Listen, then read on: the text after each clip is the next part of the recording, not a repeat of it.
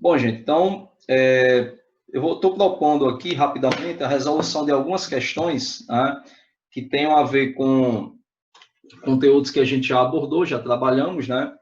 Então, vamos tentar resolver aí rapidinho, né? Três questões, eu selecionei três questões importantes para a gente discutir sobre os temas que já vimos, né? Então, vamos começar com essa aí, ó. Questão da UES, né, do ano 2019. A especiação, a especiação é a denominação para um conjunto de processos que dão origem a novas espécies. A especiação geralmente envolve o desenvolvimento de barreiras de isolamento reprodutivo que podem ser pré-zigóticas ou pós-zigóticas. São tipos de mecanismos de isolamento reprodutivos pós-zigóticos. Vamos lá. Vamos primeiro conversar, né, a respeito desse tipo de isolamento, né, desses processos. Então, existem as barreiras pré-zigóticas e pós-zigóticas. Dentre as barreiras pré-zigóticas, quais são aquelas mais conhecidas, né? Primeiramente, né, isolamento de hábitat. Então, quando você tem, por exemplo, dois animais, né, que vivem, por exemplo, aqui você tem o gênero Thanophes, né, o gênero de um determinado tipo de serpente. No caso, dentro desse gênero, eu posso ter várias espécies de serpentes. E no caso, aí, nesse exemplo, a gente tem um isolamento de hábitat, considerando que uma vive no ambiente de terra firme, né, e outra vive no ambiente aquático. Então, elas preferem cruzar, digamos assim, né, os cruzamentos preferenciais ocorrem entre aqueles indivíduos que se localizam no mesmo hábitat, né? Então, isso aí confere, né, corresponde a um isolamento de hábitat. Por outro lado, né, temos também organismos que se reproduzem em períodos diferentes, em estações do ano diferentes. Então, isso é o que a gente chama de isolamento sazonal ou temporal, porque o tempo é um fator que pode promover esse isolamento entre esses organismos. Esses organismos eles acabam não cruzando por amadurecerem, por serem mais ativos sexualmente, reprodutivamente, em épocas distintas. Então, isso também é uma barreira pré-zigótica. Existe a barreira comportamental, né, o isolamento comportamental, que a gente chama também de barreira etológica, né, tem a ver com o ethos, né, o comportamento do ser, beleza? E aí um exemplo interessante é o atobá de pé azul, né? A partir do momento que essa fêmea não escolhe o macho que levantou o pezinho para ela, como a gente vê aí, aquele organismo não escolhido, ele já está isolado reprodutivamente dessa fêmea em termos de conseguirem cruzar, não vão cruzar, e aí eu tenho uma barreira pré-zigótica. Se eles não cruzam, o zigoto sequer se forma, né? Temos também o isolamento mecânico, né? Nesse isolamento mecânico, o que vai acontecer? No isolamento mecânico, o indivíduo, deixa eu só ver se está saindo o áudio aqui, gente, só um instante. Tranquilo. No isolamento mecânico, né? O indivíduo, ele basicamente, ele tem alguma dificuldade de manter o cruzamento, como por exemplo nesses caracóis, né? Se um caracol ele tem as espirais da concha voltadas em sentido anti-horário e o outro em sentido horário, o que acontece? Os órgãos reprodutivos, os órgãos sexuais ficam desalinhados e eles não conseguem cruzar, como a gente vê aí no exemplo. Então, se não conseguem cruzar, trata-se de uma barreira pré-zigótica. Por fim, né, o último tipo de barreira pré-zigótica é o isolamento gamético. Por exemplo, o ouriço vermelho, seus gametas produzem substâncias que impedem a fecundação pelos gametas do ouriço roxo, né? Então, nesse caso, você tem a não formação do zigoto por esse tipo de mecanismo, né? Vamos lá. Já nas barreiras pós-zigóticas, o que pode acontecer? Eu posso ter até um híbrido que se desenvolva, né, que cresça, só que esse híbrido ele é pouco viável, né? Ele tem uma viabilidade reduzida, ele morre muito jovem, até mesmo antes de completar idade reprodutiva. Então, viabilidade reduzida do híbrido é um exemplo de barreira pós-zigótica, até porque o híbrido se forma, né? Isso aí vem a ocorrer depois do zigoto. No caso, temos também um exemplo aí da fertilidade reduzida do híbrido, né? Quando você tem, por exemplo, o cruzamento entre jumento e égua, gerando a mula, que é um organismo que sobrevive, né? Que cresce, que amadurece sexualmente, reprodutivamente, mas pode até cruzar, mas são indivíduos o quê? São indivíduos estéreis, né? Então tem uma esterilidade do híbrido e eu tenho o colapso do híbrido também como um mecanismo, é uma barreira pós-zigótica, né? O arroz, por exemplo, se eu cruzar uma planta grande com uma planta menor, eu posso ter uma planta menor ainda que suas características não condizem, né? Não fazem com que ela gere flores, por exemplo, não consiga se reproduzir. Então, a gente chama isso de colapso do híbrido, né? Então, são alguns exemplos de barreiras, tanto pré-zigóticas quanto pós-zigóticas. Só que no caso a questão pergunta aí, são tipos de mecanismos de isolamento reprodutivos pós-zigóticos. Vamos lá, letra A. Isolamento sazonal. Gente, sazonal, né? Estações do ano diferentes, por exemplo, então você tem um isolamento temporal, o fator tempo. Nesse caso aí, nem vou ler o resto da questão, mas a gente já sabe que está errado, que é isolamento sazonal e isolamento pré-zigótico. Isolamento etológico, comportamental, também é pré-zigótico. Isolamento mecânico, né? Alguma a estrutura mecânica, alguma estrutura anatômica dificulta, né? O cruzamento entre os indivíduos. Então, isso é um isolamento pré-zigótico também.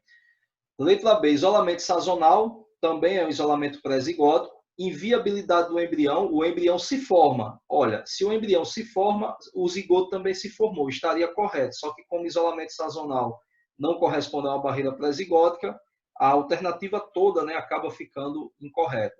E fertilidade reduzida do híbrido, né? O híbrido se forma, se desenvolve, mas ele é estéril, ou tem fertilidade reduzida. Nesse caso aí, nessa situação, nós temos um isolamento pós-zigótico, mas como o sazonal, que inicia a alternativa, está errado, né? A alternativa acaba ficando errada também.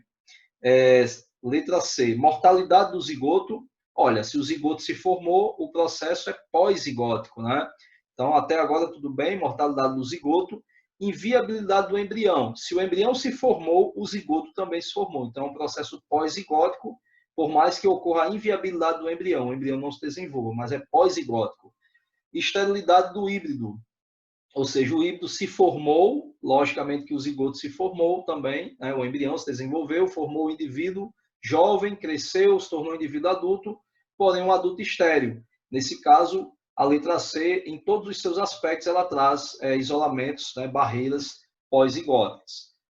A letra D, mortalidade do zigoto, ok, tudo tranquilo. Inviabilidade do embrião também estaria correto, mas aí a parte de incompatibilidade anatômica impede o cruzamento. Se impede o cruzamento, eu não terei a formação do zigoto, portanto, trata-se de um isolamento pré-zigótico. Então, a alternativa correta é a letra C, beleza? Mortalidade zigótica, inviabilidade do embrião e esterilidade do híbrido. Gente, ó, uma questãozinha aqui, né, para análise de cladograma, né, que foi do ENEM-PPL, né, bem tranquila essa questão, apesar do tamanho do cladograma, o aluno às vezes se assusta, né, mas é uma questão muito tranquila, né. A classificação dos seres vivos permite a compreensão das relações evolutivas entre eles. O esquema representa a história evolutiva de um grupo. No caso aqui, a gente já está percebendo que é a história evolutiva do cordado, né, gente, dos cordados, os animais que apresentam notocorda. Alguns, nesse cladograma, reparem, alguns estão extintos, né? Temos aqui uma escala de tempo, ó, em milhões de anos, né? De baixo para cima, 500 milhões de anos, 400 milhões de anos atrás, 300, 200, 100, beleza? E os indivíduos atuais, né? Agora, então, nesse caso, ó, os tracodermos, né? Alguns tipos de peixes extintos, acantodianos extintos, placodermos extintos, tudo peixe aí, né? Muitos deles extintos, né? Aí temos aqui os primeiros tetrápodes, né, que são os anfíbios, posteriormente os répteis, que já tem uma evolução muito importante aqui, um aspecto evolutivo importante, que é o ovo amniótico, né? Então, basicamente, tudo isso aí derivou de um mesmo ancestral, como vocês estão vendo aqui, né? O ancestral dos cordados deu origem aos peixes sem mandíbulas, deu origem também, ó, aos peixes cartilaginosos, né? Então, se eu pudesse, rabiscando aqui, por exemplo, aqui nós teríamos, né, o ancestral dos cordados. Aqui, deixa eu botar de vermelho aqui, fica melhor. Então, aqui nós teríamos o ancestral dos cordados.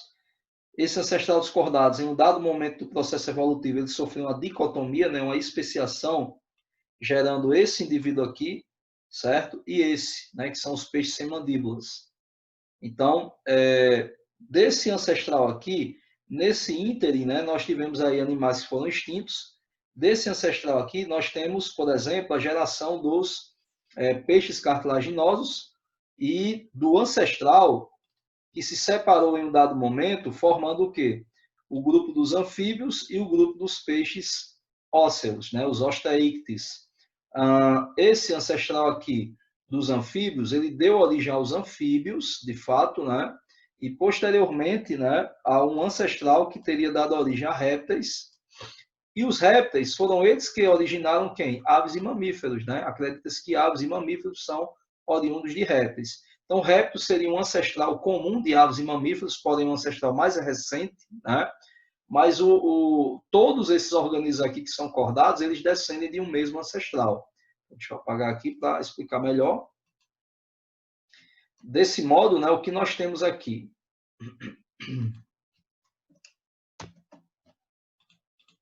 Vamos lá. Os animais representados nesse esquema pertencem ao filo dos cordados. Por quê? Letra A. Possuem ancestrais que já foram extintos? Não, eles até poderiam possuir ancestrais que já foram extintos, mas o fato deles serem do filo dos cordados, eles são cordados porque durante o desenvolvimento embrionário eles apresentam um bastão de células chamado de notocorda, né, que pode formar o crânio e coluna vertebral do animal. Então não tem nada a ver com extinção de ancestral. Letra A está errada. Letra B. Os animais representados nesse esquema pertencem ao filo dos cordados porque, letra B, surgiram há mais de 500 milhões de anos. Não, gente, não. Na verdade, ó, os peixes sem mandíbulas, os animais que vivem hoje, né, eles surgiram, né, há aproximadamente, né, uns 100 milhões de anos, digamos assim, né? Entre 100 e 200 e 100 milhões, 300 e 100 milhões de anos. Então, não foi, embora, né, nem todos, né, na verdade, os peixes sem mandíbulas, né, as lampreias, elas já são mais primitivas, né, possivelmente, como a gente fez no cladograma. Mas não foram todos que surgiram há mais de 500 milhões de anos. Letra C. Evoluíram a partir de um ancestral comum. Faz sentido, né, a gente pensar que todos os animais que estão citados aí na parte superior do cladograma têm crânio e coluna vertebral, com exceção dos sem mandíbulas, né? Os peixes sem mandíbulas têm somente crânio, né? Um crânio cartilaginoso, né? Já o peixe cartilaginoso ele tem o crânio cartilaginoso e a coluna vertebral também cartilaginosa, né? Então, nesse caso, todos eles são cordados. Essa letra C, né, ela está mais plausível. A letra D, deram origem aos grupos de mamíferos atuais. Não todos. Né? Na verdade, o próprio mamífero já é um animal cordado. E nem todos eles foram capazes de gerar, né, os mamíferos.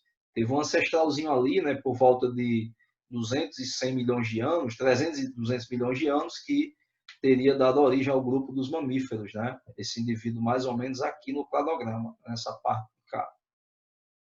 Aqui.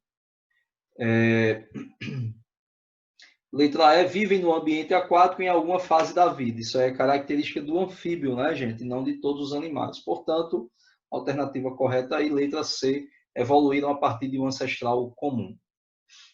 Bom, eu escolhi também uma questãozinha aqui que vai nos dar um certo trabalho para responder, né? Mas é uma questão interessante. Né? Vamos fazê-la aí. Pessoal, considere a matriz binária representada abaixo, na qual significa ausência, na qual, desculpa, gente, tem aqui um erro, né, de digitação, deixa eu só ajustar aqui, ó, na qual esse zero, né, entre aspas aqui, ó, esse zero significa ausência e o 1 significa presença. Pronto, agora está correto. Presença de determinadas características em 5 espécies hipotéticas.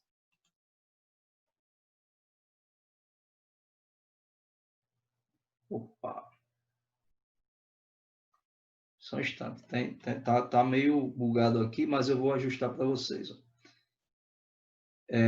Considera a matriz binária representada abaixo, na qual zero, na qual 0 significa ausência e 1 presença de determinadas características. Aí as características são essas aqui, ó, C1, C2, C3, C4, C5, em 5 espécies hipotéticas.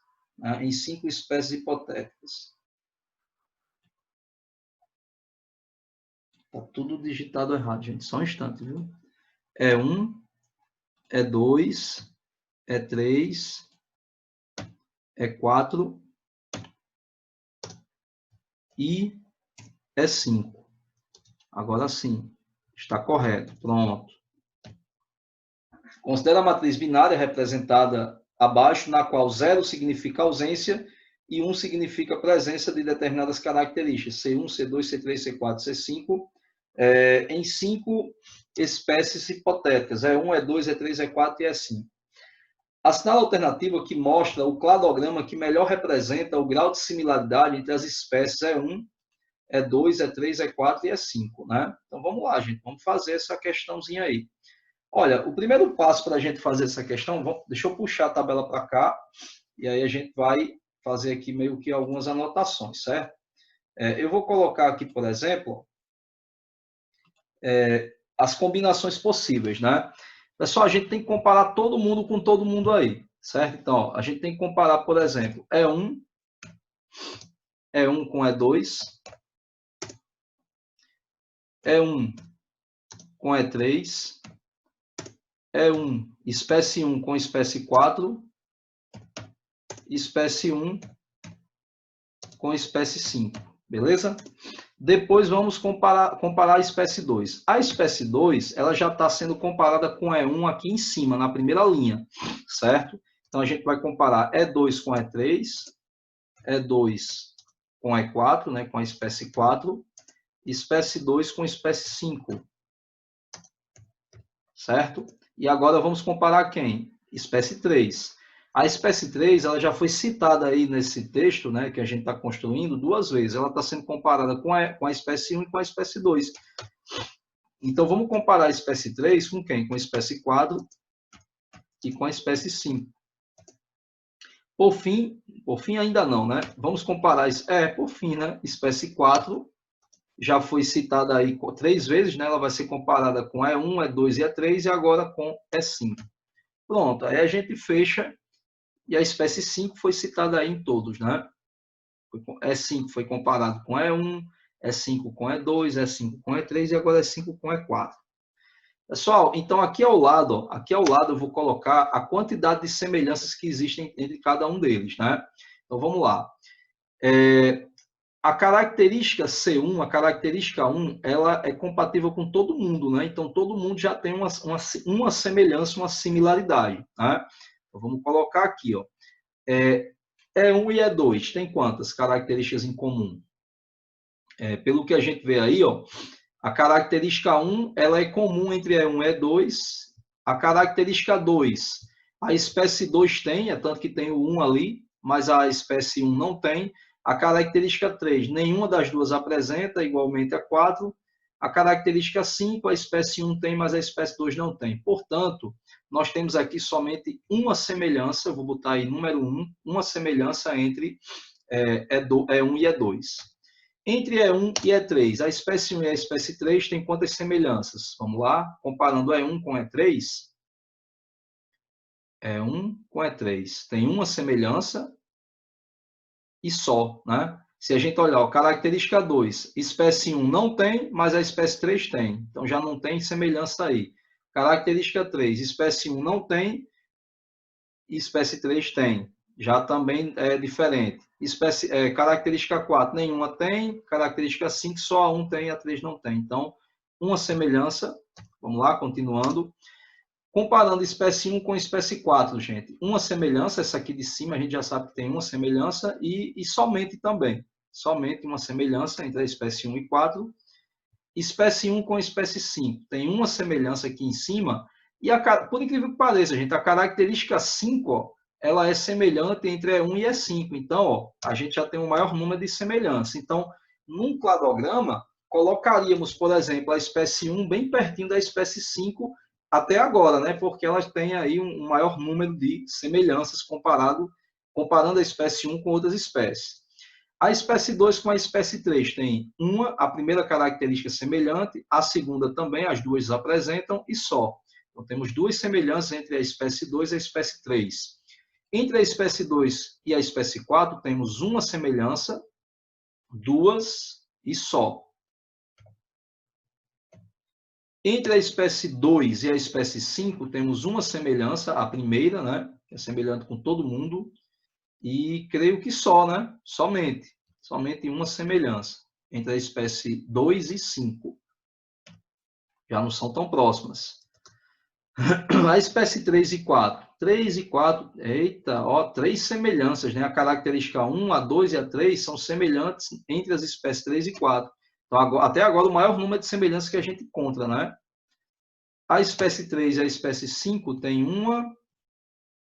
somente uma semelhança, somente uma. A espécie 4 e 5, comparando, teremos aí 4 e 5, somente uma semelhança.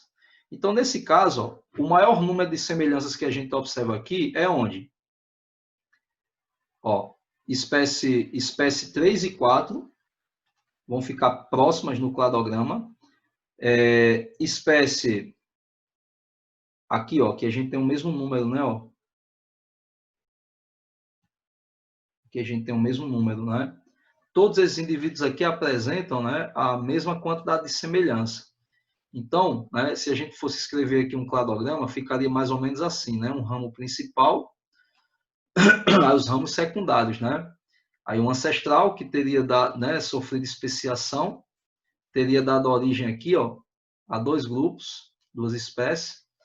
Aí aqui eu poderia colocar quem? Ó, E1,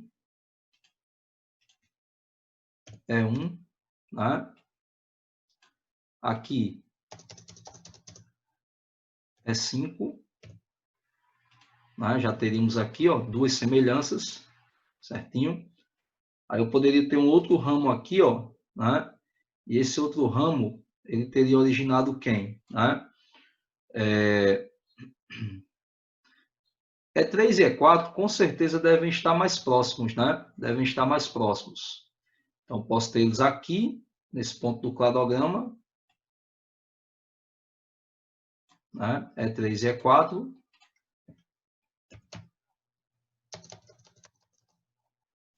E3 e E4, né? E aqui o E2 sobrando, né? O E2 sobrando. É uma possibilidade, né? É uma possibilidade. Né? Ou poderíamos ter o contrário também, né? A gente poderia ter o E3 e o E4 aqui, ó, pertinho, e o E2 lá na ponta, né? Então, são possibilidades de cladograma. Vamos ver aqui qual que se ajusta, né, melhor. Vamos ver. Ele pergunta aí, ó, qual o cladograma que traz a melhor explanação, né? Bom, gente, esse cladograma em vermelho, que já está ruim de ver aqui, porque está cobrindo aí na imagem, ele está muito parecido com esse aqui, ó. E1 e E5, E2, E3 e E4. Então, letra A, alternativa correta, né? Deixa eu só apagar isso aqui, para ficar mais visível para vocês. Eu construí o cladograma, né, para ficar melhor, né? Para ficar melhor a análise. Pronto. Olha aí. Então, E1 e E5, né, tem duas semelhanças, estão mais próximos. E2 tem duas semelhanças com E3 e com E4, e E3 e E4 são os mais próximos, porque tem três semelhanças entre eles, né? Então, temos aí o quadro. Ó, aqui já daria errado, né? Porque E1 estaria bem distante de E5, né? Que eles têm até uma maior similaridade, duas semelhanças, né? Aqui está errado por quê? Porque E2, né? E E1, ó, E1 estaria também distante de E5, né? Estaria mais próximo de E2 do que de E5, e aqui também, né? Então, o mais plausível aí é a alternativa A, pela quantidade de semelhanças que a gente analisou, que a gente observou. Bacana? Pessoal, então, resolvi aí essas três questões, né, para a gente revisar um pouco do conteúdo e, posteriormente, estarei fazendo, né, resolvendo outras questões e enviando para vocês, para que a gente tenha aí, né, um bom suporte, né, nesse período e para que vocês estejam em dia também com o conteúdo, tranquilo? Então, valeu, um abraço e até a próxima.